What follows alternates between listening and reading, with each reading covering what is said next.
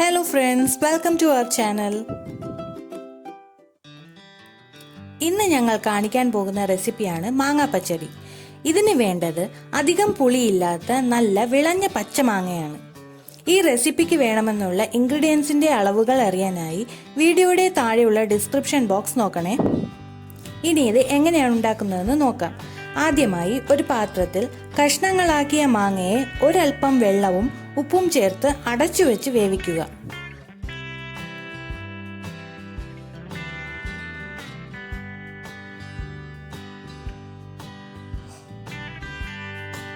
വേവിച്ചെടുത്ത മാങ്ങയെ തണുക്കാൻ വയ്ക്കുക.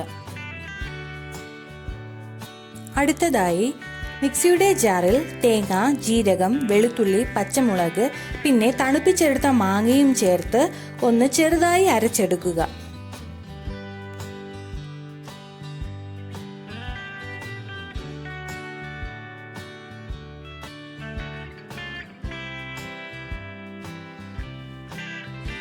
ഇതിന്റെ കൂടെ ഒരൽപ്പം വെള്ളവും മഞ്ഞൾപ്പൊടിയും ചേർത്ത് നല്ലതുപോലെ അരച്ചെടുക്കുക. അടുത്തതായി 1/2 ടീസ്പൂൺ കടുക് ചെറുതായി ചതച്ച് മാറ്റി വെക്കുക.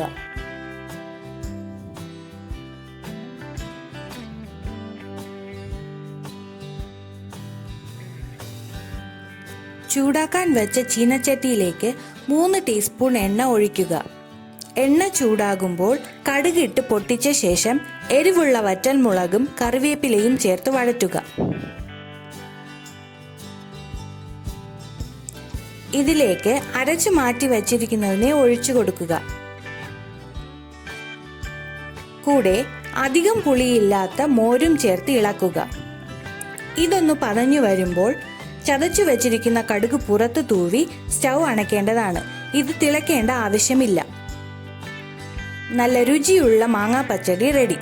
എല്ലാവരും ഇത് ട്രൈ ചെയ്ത് നോക്കൂ. വീഡിയോ ഇഷ്ടമായെങ്കിൽ ലൈക്ക് ചെയ്യൂ, ഷെയർ ചെയ്യൂ, സബ്സ്ക്രൈബ് ചെയ്യൂ. സജഷൻസ് ഉണ്ടെങ്കിൽ താഴെയുള്ള കമന്റ് ബോക്സിൽ കമന്റ് ചെയ്യണേ. Thanks for watching. ബൈ.